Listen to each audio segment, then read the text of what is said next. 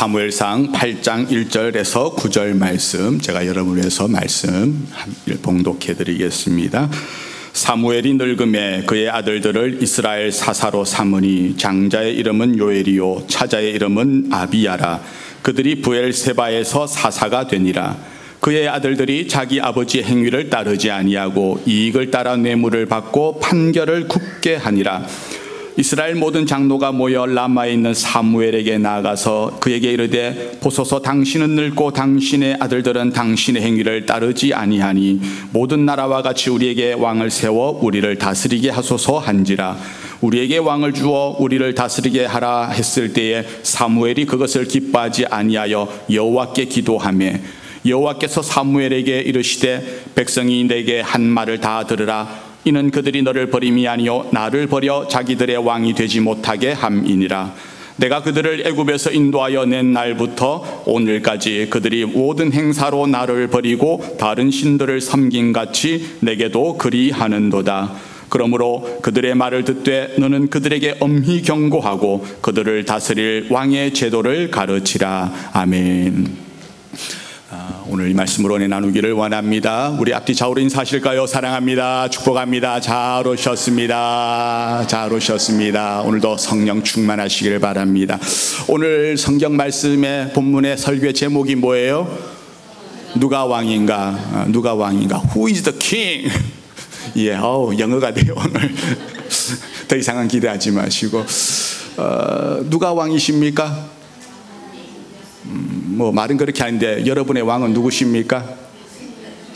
답이 잘 안 나와요. 설교 끝날 무렵에 다시 한번 물어보겠습니다. 어떻게 우리가 바른 고백이 또 나올 수 있기를 바랍니다. 지난주에 그 미스바의 부흥 집회를 우리가 나누었죠. 그 미스바 부흥회를 통하여서 이스라엘 전역에 큰 부흥이 일어나는 것을 살펴보았는데 그것이 7장의 내용이었고 이제 8장이 시작되는데 8장은 사무엘이 늙음에라고 시작을 합니다. 그러니까 7장하고 8장하고 사이에는 시간적인 간격이 제법 있음을 우리가 알 수 있습니다. 사무엘이 늙고 기운이 빠졌습니다. 사람은 다 누구나 늙죠. 아무리 위대한 하나님의 사람이라도 다 늙게 마련입니다. 그래서 내가 늙는 것으로 인해서 너무 서글퍼하지 마시고 오늘 우리 최선혜 집사님이 몸이 좀 좋지 못해서 못 나오셨어요. 위에서 좀 기도해 주시면 감사하겠습니다. 이 사무엘에게 두 아들이 있었는데 이름이 참 좋습니다. 요엘, 무슨 뜻일까? 하나님은, 여호와는 하나님이시다라는 뜻입니다. 아비야, 하나님은 아버지시다라는 또 그런 뜻입니다. 이름으로 봐서는 참 좋은 의미고 또 그 이름을 지어줄 때는 어떤 기대를 가졌겠습니까? 아들들이 그런 이름대로 살기를 원하는 그런 마음으로 이름을 지었을 것입니다. 그런데 자식 농사가 뜻대로 되나요? 안 되나요? 안 되죠. 둘이 아버지의 뒤를 이어서 사사가 되었는데 전혀 아버지를 닮지를 못했습니다. 사사의 주 업무 중에 한 가지가 바로 재판을 하는 일인데 아들들이 아버지 사무엘을 본받지 않고 뇌물을 받고 잘못된 판결을 내리는 아주 불의한 재판장과 같은 신약의 그런 사사였습니다. 사사로서 재판을 잘못한 것은 큰 결격 사유고 결정적인 실패이죠. 그래서 이 두 아들이 그 이스라엘 백성들에게 신뢰를 잃어버리고 말았습니다.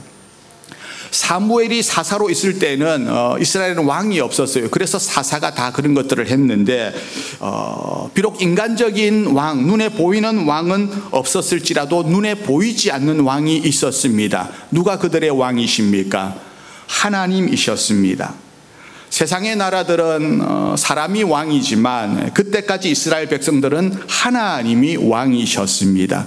그리고 사무엘은 사사였죠. 선지자였고 또 그래서 말씀을 전달하고 또 재판을 내리고 하는 그런 역할을 했습니다. 그래서 이스라엘은 하나님이 왕이 되어서 다스리는 순수한 어떤 신정국가, 왕정국가가 아닙니다. 왕이 다스리는 나라는 왕정국가고 하나님이 다스리기 때문에 이스라엘은 신정국가였습니다. 그런데 이스라엘 백성들은 눈에 하나님이 보이지 않으니까 눈에 안 보이는 하나님보다 눈에 보이는 사람을, 사무엘을 더 의지하고 살았어요. 이스라엘 백성들은 능력 있고 정말 또 위대한 선지자로서의 사무엘은 볼 수는 있었는데 사무엘에게 능력 주시는 하나님은 보지 못했습니다. 그러니 사무엘이 나이가 많아서 또 늙어지게 되니까 이스라엘 백성들은 자연스럽게 불안해하기 시작한 겁니다. 사무엘의 뒤를 이어서 사사직을 맡을 사무엘의 아들들은 이런 불량자로서 마치 엘리의 두 아들 홈니와 비느하스 같은 그런 잘못된 행실을 보여주고 있으니 전혀 신뢰를 못하는 겁니다.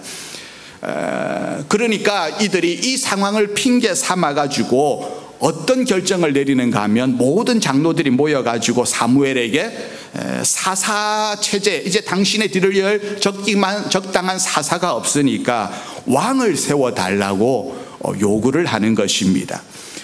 이스라엘의 주변 국가들은 다 왕이 있었습니다. 특별히 늘 이스라엘을 괴롭히던 나라가 블레셋인데 이 블레셋은 강력한 왕이 있어가지고 그 왕의 통치 아래 일사불란하게 군대를 조직하고 이스라엘을 공격하고 전쟁을 하는 것을 보면서 자기들도 그런 블레셋에 맞설 수 있는 강력한 왕이 있기를 갈망을 한 것입니다. 그런데 사실 이거는 잘못된 것이죠. 이스라엘 백성들은 자기들의 문제를 제대로 파악하지 못하고 엉뚱한 방법으로 답을 찾으려고 했습니다. 주변 나라들처럼 강력한 왕이 있어서 자기들을 안전하게 보호해 줄 줄로 여겼는데, 그런데 그들을 정말 안전하게 보호하시는 분이 누구십니까? 하나님이십니다. 이스라엘 백성들은 왕이 없어서 외세의 블레셋의 침공을 당하는 것이 아니었습니다. 블레셋이 왜 이스라엘을 침공했을까요? 물론 역사적으로 그들에게 어떤 정치적인 목적이 있었겠지만, 그러나 그 속을 따져보게 되면은 이스라엘 백성이 하나님을 따르지 않고 자꾸 우상을 숨기고 죄악을 쫓아가는 삶을 사니까 하나님이 어떻게 하셔요? 블레셋을 막대기로 사용하셔서 징계하시고 가르치시는 것입니다. 하나님이 사용하신 이스라엘의 잘못을 고치기 위해서 블레셋이라는 도구를 사용을 하시는 거죠. 그런데 그 본질적인 문제는 보지도 못한 채 이스라엘 백성은 그저 우리가 왕이 없어서 이런 어려움을 겪으니 왕을 달라 하고 요구를 하고 있는 것입니다. 사무엘 입장에서 보면은 자기 인생의 말년에 백성들이 그런 요구를 하니까 어떤 기분이 들겠습니까? 서글퍼집니다. 내가 평생을 하나님의 선지자로 고결하고 충성되게 사명 감당하며 살았는데 이제 내가 나이가 들고 늙으니까 사람들이 자신을 버린다, 쓸모없다라는 생각을 가지게 되구나, 내가 쓸모없게 되었구나라는 생각을 사무엘 스스로 가질 수도 있는 거죠. 그때 사무엘이 그 백성들에 당하여서 이런 괘씸한, 이런 고얀 사람들이 있나 하면서 생각을 가질 수도 있는데, 그런 인간적인 배신감을 드러내면서 원망하지 아니하고 사무엘이 어떻게 합니까? 6절 말씀에 보니까 우리 함께 읽을까요? 시작. 우리에게 왕을 주어 우리를 다스리게 하라 했을 때에 사무엘이 그것을 기뻐하지 아니하며 여호와께 기도하며. 사무엘이 그것을 기뻐하지 않았습니다. 단순하게 기뻐하지 않은 것이 아니라 그 백성들에 대해서 배신감이 들었을 것입니다. 그때 사무엘은 이 문제를 가지고 그들과 맞선 것이 아니라 어떻게 합니까? 하나님께 나아가서 기도했다는 사실입니다. 하나님, 내가 평생 이 백성들을 위하여서 헌신하면서 말씀을 가르치며 살았는데 이제 내가 나이 들었다고 새로운 왕을 달라고 합니다. 배신감 느낍니다. 어떻게 해버릴까요? 우리가 이런 문제를 가지고 사람에게 풀려서는 안 됩니다. 하나님께 가져와야 합니다. 그러면 우리 하나님은 어떻게 하십니까? 그 넓은 품에 안아주시리. 그 넓은 품으로 우리를 품어주시고 우리가 가지고 온 인생의 어떤 문제도 다 맡아주신다는 거죠. 사무엘의 마음을 정확히 알고 계셨던 하나님이 그에게 이렇게 말씀을 하시죠. 7절 말씀 함께 읽습니다. 여호와께서 사무엘에게 이르시되 백성이 내게 한 말을 다 들으라. 이는 그들이 너를 버림이 아니요 나를 버려 자기들의 왕이 되지 못하게 함이니라. 사무엘은 백성들이 내가 늙고 나이 들어서 이제 버리는구나 생각하고 배신감이 들었는데 하나님은 뭐라고 하셔요? 너를 버린 것이 아니라 나를 버린 것이다 하고 말씀하셔요. 하나님은 우리 인간의 사람의 속마음까지도 정확하게 꿰뚫어 보시는 거죠. 결국 이스라엘이 그 보이는 왕을 구하는 것은 무엇의 문제입니까? 누구를 신뢰하지 못하는 것입니까? 보이지 않는 하나님을 신뢰하지 못하니까 눈에 보이는 신뢰할 수 있는 왕을 달라는 것입니다. 그래서 하나님을 버리는 것이라는 거죠.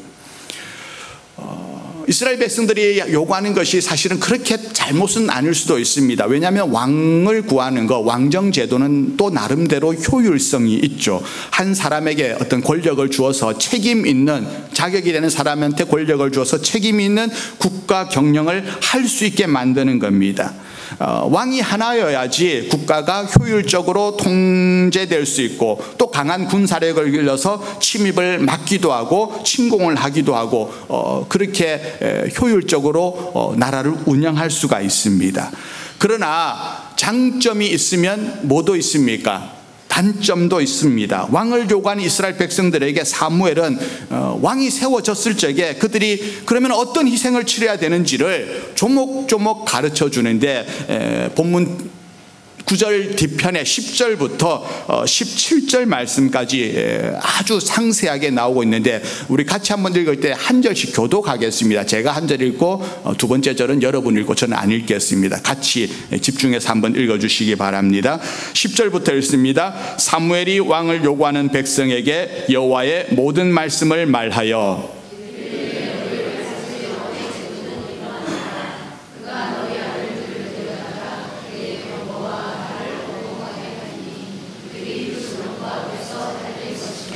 그가 또 너희의 아들들을 천부장과 오십부장을 삼을 것이며 자기 밭을 갈게 하고 자기 추수를 하게 할 것이며 자기 무기와 병거의 장비도 만들게 할 것이며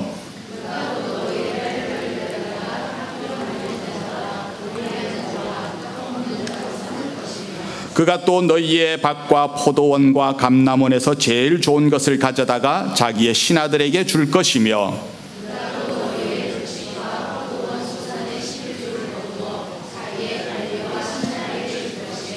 그가 또 너희의 노비와 가장 아름다운 소년과 나귀들을 끌어다가 자기 일을 시킬 것이며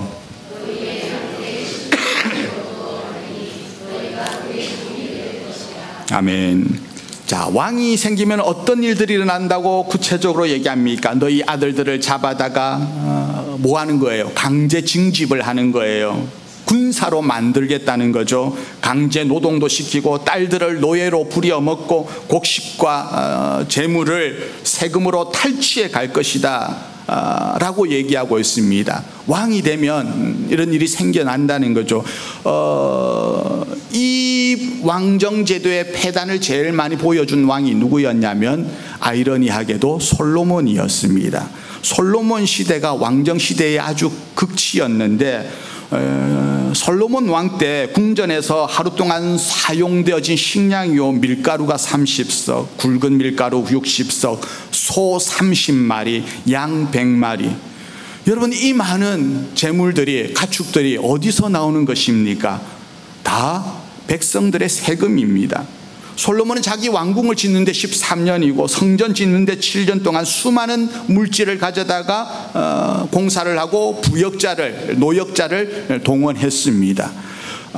물론 그 속에서도 하나님의 뜻이 있겠지만 이것이 왕정제도의 폐단이라고 할 수가 있습니다. 마지막에 했던 말이 뭡니까? 너희가 그의 종이 되리라. 그의 종이 될 것이다. 왕이 자신의 왕권을 강화하기 위해서 백성들을 종처럼 부려먹는 거죠. 이스라엘이 출애굽을 한 이유가 무엇입니까?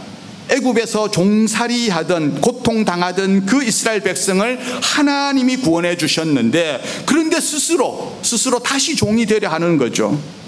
솔로몬 시대는 이스라엘이 솔로몬의 종이 된 것과 마찬가지였습니다. 왕정을 하면, 왕이 생기게 되면 이런 일들이 생겨나게 되는데 너희들 이래도 할래?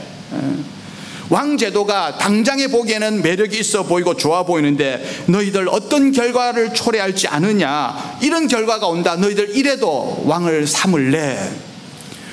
자, 여러분 만약 이렇다면 여러분에게 물어본다면 여러분은 어떻게 대답을 하시겠습니까? 그래도 하시겠습니까? 아마 똑똑한 우리 성도님들은 안 하실 겁니다. 왕 세우는 거 심각하게 고민해 보겠는데요. 아유, 저라면 안 하겠어요 하겠는데, 이 인간의 고집과 어리석음이 얼마나 집요하고 대단한 건지 19절에 이렇게 얘기합니다. 같이 읽습니다. 시작. 백성이 사무엘의 말 듣기를 거절하여 이르되 아니로소이다. 우리도 우리 왕이 있어야 하리니. 사무엘이 그렇게 말리건만 그들은 듣지 않고 끝까지 고집을 피우는 겁니다. 인간은 자기 고집대로 움켜쥐고 있다가 그것이 뜨거 해봐야지 정신을 차리고 그것을 손에서 놓는 거예요. 손이 되어 봐야지 그 전까지는 손에 움켜쥐고 있던 것을 절대로 안 놓습니다. 이게 인간 본성의 탐욕과 죄악입니다. 그렇게 놓았다가 또 잊어버리고 또 그 뜨거운 것을 또 지으려고 그러는 거죠. 이스라엘 백성들은 막무가내로 왕을 세워줄 것을 요구합니다. 이렇게 해가지고 세워진 초대 왕이 우리가 잘 아는 사울 왕인데, 그 내용이 다음 장에서 나오게 되죠. 우리가 여기서 또 오해하지 말아야 될 것은 하나님께서 사사제도를 무조건 옳다고 하시고 왕정제도는 틀렸다고 하는 것이 아닙니다. 하나님께서도 언젠가 때가 되면 왕을 세우실 것이었기 때문입니다. 여러분, 그러면 이게 뭐가 문제입니까? 제도적인 문제가 아니라 하나님에 대한 이스라엘 백성들의 마음의 문제였습니다. 이스라엘 백성들은 보이지 않는 하나님을 눈에 안 보이니까 신뢰할 수 없고 믿을 수 없기 때문에 눈에 보이는 확실한 왕을 달라고 한 거죠. 이스라엘 백성이 출애굽하여서 광야 생활을 할 때 한 번은 모세가 여호수아를 데리고 어디로 갑니까? 시내산에 갑니다. 율법을 돌판을 받아오게 되죠. 그때 모세가 시내산에 머문 기간이 며칠이었습니까? 40일이었습니다. 모세가 하루 이틀도 아니고 40일 동안이나 보이지 않게 되니까 백성들의 마음속에 어떤 생각이 듭니까? 믿고 따라왔던 모세가 안 보이니까 마음이 동요하기 시작한 겁니다. 두려움이 찾아오기 시작합니다. 그래서 그들이 차선책으로 선택한 것이 뭐냐? 눈에 보이는 뭔가를 만들자. 그래서 그들이 만든 것이 금송아지를 만들어서 그걸 하나님의 형상으로 여기고 그것이 자신들을 보호해 줄 것으로 알고 섬긴 것입니다. 백성들은 눈에 보이는 것, 손에 잡히는 확실한 그런 것을 원했습니다.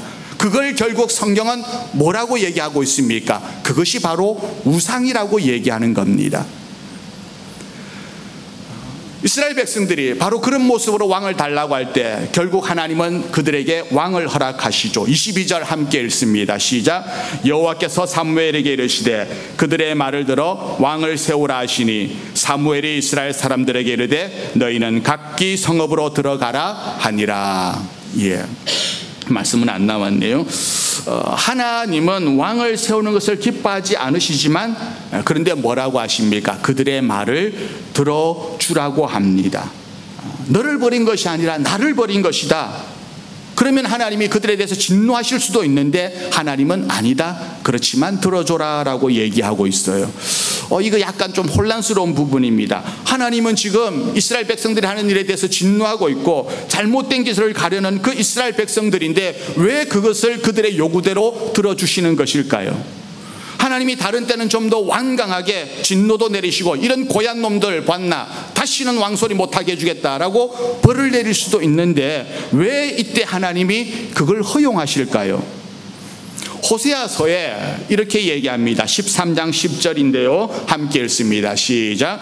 전에 내가 이르기를 내게 왕과 지도자들을 주소서 하였느니라. 내 모든 성읍에서 너를 구원할 자 곧 내 왕이 이제 어디 있으며 내 재판장들이 어디 있느냐. 내가 분노함으로 내게 왕을 주고 진노함으로 패하였노라. 하나님은 이스라엘 백성들이 가나안에 들어가면 왕을 요구할 것을 이미 아셨습니다. 그리고 나서 그것이 옳아서 잘못된 것이지만 옳아서 허용하는 것이 아니라 하나님은 그런데 허용을 하는데 왜 허용을 하시는 겁니까? 징벌적인 차원에서 허용을 하시는 거죠. 그들의 뜻대로 해주는 것이 일종의 징벌입니다. 내버려 두시는, 로마서에 나오는 것처럼 죄악 가운데 버려두시는 하나님의 형벌입니다. 비유 중에 이런 게 있죠. 누가복음 15장에 탕자의 비유가 나옵니다. 작은 아들이 아버지에게 자기 재산의 유산의 몫을 달라고 해가지고 집을 나갑니다.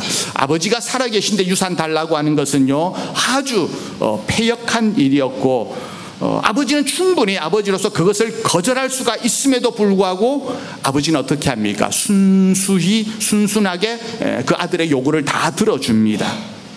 아버지는 몰랐을까요? 아들이 가서 어떤 일을 할지 다 알았습니다. 아들이 그 재산 가지고 나가면 다 탕진할 것 이미 알고 계셨습니다. 그럼에도 불구하고 허락을 하시죠. 결국 아들은 나가서 다 털어먹고 배가 고파서 돼지우리 속에서 굶어 죽게 되자 그제서야 아버지가 생각나고 아버지의 집으로 돌아갈 것을 결정을 합니다. 멀리서 집을 향해 가는데 아버지가 기다리고 있다가 마치 기다리고 있었던 것처럼 멀리서 오는 아들을 보고 뛰어나가서 반갑게 맞이하고 안아주고 입을 맞추고 하죠. 작은 아들이 이렇게 얘기합니다. 아버지, 나는 이제 아버지 아들이 아닙니다. 종으로 보소서, 품꾼으로 사용하여 주소서. 그때 아버지의 대답이 뭡니까? 무슨 소리냐? 너는 내 아들이다. 내 아들이 살아 돌아왔으니 목욕시키고 옷 갈아입히고 신발 신기고 가락지 끼우고 잔치를 벌리자. 아버지는 그 아들이 돌아온 것을 그대로 반겼습니다. 아버지가 아들을 내보낼 때 어떤 심정이 들었을까요? 아버지는 그 아들을 자기의 권위대로 자기 힘으로 강요할 마음이 없었습니다. 그가 깨달을 때까지 시간을 주고 기회를 허락하시는, 스스로 깨닫게 하시는 하나님이시라는 겁니다. 우리가 때로 살아가면서 이렇게 하나님의 뜻을 저버리고 내 뜻대로 행할 때가 많습니다. 그러다가 넘어지고 쓰러지고 실패하게 되죠.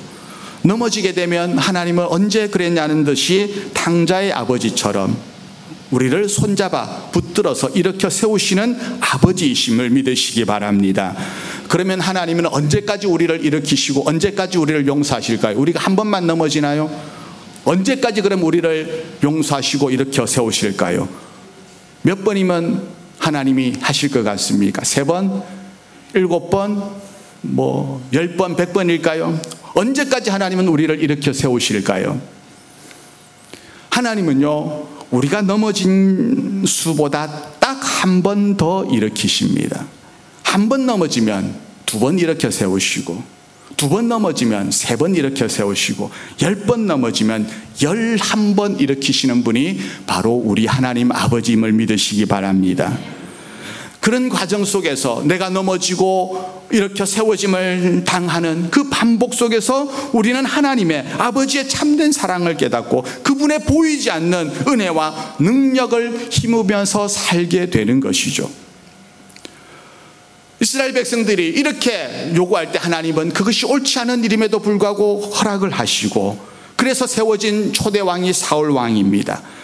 그런데 결국은 어떻게 되었습니까? 사람들의 기대와는 달리 눈에 보이는 왕은 이들을 보호해 주지 못했습니다. 오히려 우상숭배로 악한 길로 이끌었던 것이 인간의 왕이었습니다. 이스라엘의 역사를 보면 그 많은 왕 중에 많은 사람들이 우상을 숭배하고 죄악 가운데 걸어갔죠. 자기 정권 유지를 위하여서 강대국과 협약을 맺고 우상을 끌어들이고, 인간왕은 그런 부패하고 퇴역하고 무기력한 왕이었습니다. 전쟁에 패하고 나라를 패망으로 이끄는 왕이었습니다. 물론 다윗과 같은 위대한 왕도 있었지만 대부분의 왕들은 실패로 끝나고 말았습니다. 광고 드린 것처럼 이제 내일 모레 한국이 대통령 선거를 치릅니다. 왜 이런 일이 발생했습니까? 지난 3년 동안 실패했던 그 전임 대통령으로 인해서 나라는 큰 혼란에 빠졌고 다시 새로운 지도자를 뽑는 그런 일이 한국은 2번째 지금 일어나고 있죠. 뭘 얘기합니까? 나라를 안정시키고 통합으로 이끌 대통령이 선출되어야 되겠지만 누가 되어도 그렇게 큰 기대는 사실 되지 않습니다. 그게 인간 대통령의 한계입니다. 모두가 다 자신이 대통령이 되면, 왕이 되면 나라를 위기에서 이끌어내고 잘 사는 나라로, 다시 위대한 나라로 만들겠다고 큰 소리 치는데 제 생각은 글쎄요 올시다. 그 사람의 능력이 부족해서 그것이 아니라 타락한 인간이 만든 제도하에서 어쩔 수 없이 생겨나는 구조적인 모순과 한계 때문에 일어나는 문제인 거죠. 그렇기 때문에 우리가 사람에게 기대를 하는 것이 아니라 그럴수록 우리는 누구를 의지해야 됩니까? 누구를 바라보아야 됩니까? 왕 대신 주님을 바라보아야 할 줄로 믿습니다. 왕을 세우는 것을 하나님이 기뻐하지 않으셨고 그 결과를 하나님이 또 분명히 알고 있음에도 불구하고 왜 하나님은 허락하시는 걸까요? 이 속에 우리 사람이, 인간이 생각하지 못하는 하나님의 구원의 큰 계획이 또한 그 속에 담겨져 있다는 겁니다. 너희들이 그렇게 구했던 눈에 보이는 왕들의 수많은 그런 실패와 그런 치욕의 시간들을 통하여서 그들은 진짜 참된 왕을 기다리게 되죠. 메시아를 기다리게 됩니다. 그렇게 해서 다윗의 집을 통해서 오신 왕 중의 왕이 누구이십니까? 바로 예수 그리스도인 줄 믿으시기를 바랍니다. 이 메시아의 모습, 왕의 모습을 이사야 선지자의 글을 통하여서 잘 묘사하고 있습니다. 그 왕은 어떤 왕입니까? 이사야 9장 6절 말씀인데 우리 함께 같이 읽겠습니다. 시작. 이는 한 아기가 우리에게 낳고 한 아들을 우리에게 주신 바 되었는데 그의 어깨에는 정사를 메었고 그의 이름은 기묘자라 모사라 전능하신 하나님이라 영존하시는 아버지라 평강의 왕이라 할 것임이라. 그 정사와 평강의 더함이 무궁하며 또 다윗의 왕자와 그의 나라에 군림하여 그 나라를 굳게 세우고 지금 이후로 영원히 정의와 공의로 그것을 보존하실 것이라. 만군의 여호와의 열심히 이를 이루시리라. 아멘. 너희들이 요구하는 왕을 내가 허락하지만 진짜 참된 왕이 누군지 아느냐? 그 왕이 어떻게 공의와 진리로 이 땅을 회복시키고 통치시킬 것인지를 우리 하나님께서 보여주고 계십니다. 그 왕은 강력한 권력을 가지셨기에 어떠한 세력이나 사람으로부터도, 악의 세력으로부터도 우리를 지켜줌을 믿으시기 바랍니다. 우리 인생이 그래야 됩니다. 당장 내 눈앞에 보이는 물질이 나를 지켜주는 것 같고 외적인 상황과 형편이, 내가 쌓아왔던 것들이 내 인생을 안전하게 만들고 뭔가를 이룰 수 있게 하는 것 같지만, 그러나 그것은 다 한계가 있고 제약이 있습니다. 하나님만이 진정한 우리의 왕이 되시고 우리의 보호자가 되시고 우리를 품어주시는 분임을 믿으시기를 바랍니다. 그래서 우리가 그 하나님 앞에, 그 하나님의 통치 앞에, 왕 중의 왕이신 그 주님 앞에 우리 인생과 우리의 삶, 우리 교회가 다 순종하며 나가는, 그분의 통치 아래로 나아가는 저와 여러분이 되어지시기를 주의 이름으로 축원합니다. 다시 질문 드릴게요. 누가 왕이셔요? 누가 왕이십니까? 우리 함께 얘기합시다. 주님만이 왕이십니다. 아멘. 아멘. 우리 함께 찬양하며 나갑시다.